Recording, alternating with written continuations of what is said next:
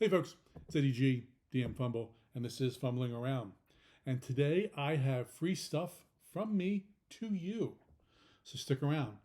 And also stick around to the end of the video where I give you an update on my Medallions of Faith project that I've been working on for part of this year. So let's see some of that free stuff. Okay, first free thing. It's not the D20. That you have to buy somewhere. Not sure who actually makes it, but it's brand name. I've had it for a couple of years. It was a gift to me from one of my nieces. Thank you, Lindsay. And the item is a giant D20. When it's plugged in on the back here, it will light up. It will turn colors. You can actually see this in the background, I believe, in Nerd Immersion's channel and a couple other places, I'm sure, have this. I've had it for a couple of years, and I like it. But it does have one little problem. When I set this on my desk, I have the D&D ampersand facing up. That's fine, not a problem. But if I want to put it on a shelf, I would want that ampersand to kind of look forward. But I can't position this any way to get this ampersand to look the way I want it. I'd want it to look like this. So I really want it to kind of balance, not on the face, but actually between the faces. So I would need a little stand. And that's the first project I worked on, creating a 3D printable stand that you can use for any kind of large die like this that you might have in your collection. So let's see what that looks like. So the first version of the stand has 4 spokes, rounded at the top for easy contact, minimal contact as well, and a big giant round circle so you can properly position it. I printed it black so it wouldn't, detract from the die. When you put the die on here, it kind of sits properly. There we go. It does sit okay with this particular die, but I did realize that this die at the bottom actually has 5 points of contact, not 4. So you can use this for this. You could use it for any kind of large round, basketball, soccer ball, whatever it might be. So you can use it for not just D&D geek stuff, but if you have one of these die, yes, this is the promotional popcorn bucket from the D&D Honor Among Thieves movie. And if you have one of these and want to display it, especially with the D20, you have the same problem as the ampersand. You can have the D20 facing up, but if you want it to face forward, you can kind of sort of get it on here, but it kind of wants to lean forward a little too much.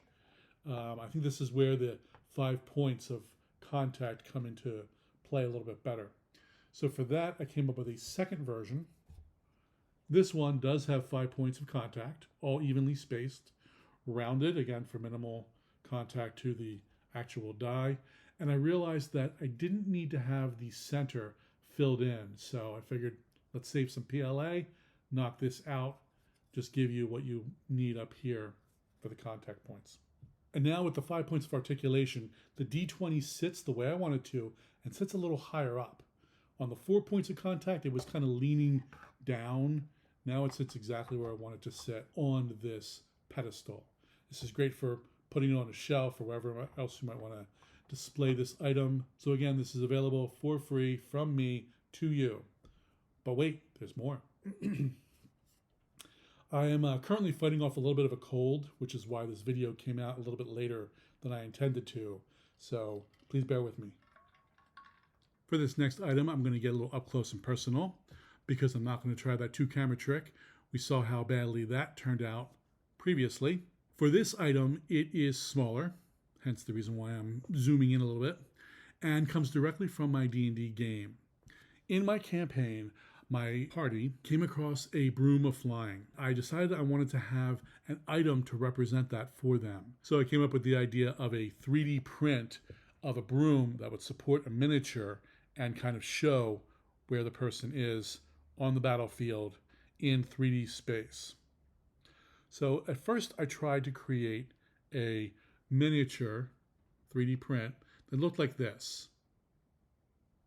I found a broom on Thingiverse, kind of remixed it with some basic shapes of circles and rectangles and so forth.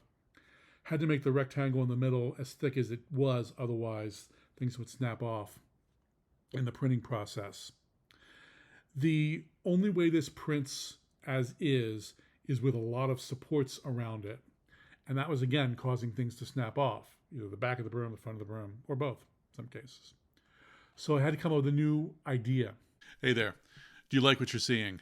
Maybe consider hitting that like button and the subscribe button too. And hit the notification if you want to know when new content is made available right away. I greatly appreciate the efforts, and it helps YouTube decide who else to suggest this content out to. And now back to our regularly scheduled video. So I came up with the idea that you would print out both the bottom and the top as separate pieces. So the top would use minimal supports without breaking off either the front or the back. The bottom would have a little bit of a slot in it, and then after you printed it, slot them together, glue it up. Also makes it easier to paint the pieces separately. This way you can get the broom exactly the way you want it, paint the stand however you want, and then slot them together like this. Now this is great for representing your character flying around on a broom. My hand is the tabletop, then you can at least see where they're at. But if you want to represent 3D space, that was my next challenge. So to that end, I started thinking and came up with another idea.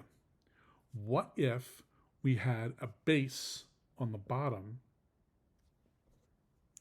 and then we used a simple dowel that you can cut to whatever size you need.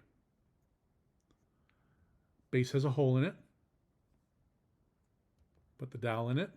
Fits snugly if I do my calculations correctly. And then you put the base of this on top, with of course your miniature sitting on top here. Now you've got the ability to represent your miniature in 3D space, so you can see where it is on the battlefield as well as how high it is. If you have a metal miniature, this might tip over. I've done something to try to prevent that, but I can't guarantee that it won't happen. So what I did is on the bottom of the base, this is again the base that sits on the game mat, I hollowed out the inside so that you can glue 2 or 3 washers to give it more heft. Between that and if you use a small dowel, maybe not even as high as the one I have here, you should be pretty sure that you're not going to knock this over in casual play. Again, a hard jostle on the table will certainly knock it over. You can use different dowels for different heights, although I wouldn't go, again, too high. You're going to make it too easy for it to tip over. Or you could use the dowel at the same height, but just change a little marking on the side that says this represents 10 feet off the ground, 20, 30, whatever it might be, if you think you're going to be changing the height that much. Anyway, this is available on Thingiverse for free for you. The files for the flying broom in its 2 parts, as well as the base, are going to be on there.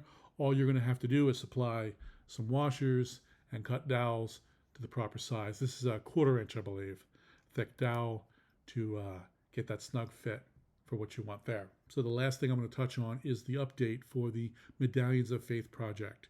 If you remember from my previous video, I'm creating 3D files that represent medallions for each of the gods of the Kryn Dragonlance Pantheon. You can use these for your Dragonlance Shadow of the Dragon Queen campaign, or any Dragonlance game, or even just any game where you think you have a medallion that might represent either a god or some other faction. You can use them for that. Again, links will be in the show notes below. Previously, I did medallions for the gods of good, and I did the neutral gods just recently. And now I'm here to say that I am almost finished the gods of evil. It took me a bit more work than I expected.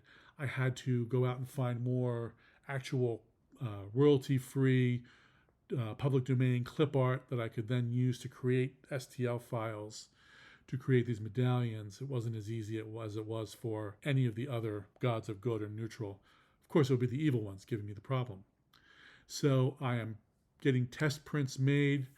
Again, I don't have a 3D printer. I use my local library for those, giving you a true update, showing you some of the prints, and letting you know that those will be available on my Thingiverse page as well. Cheers. Until next time.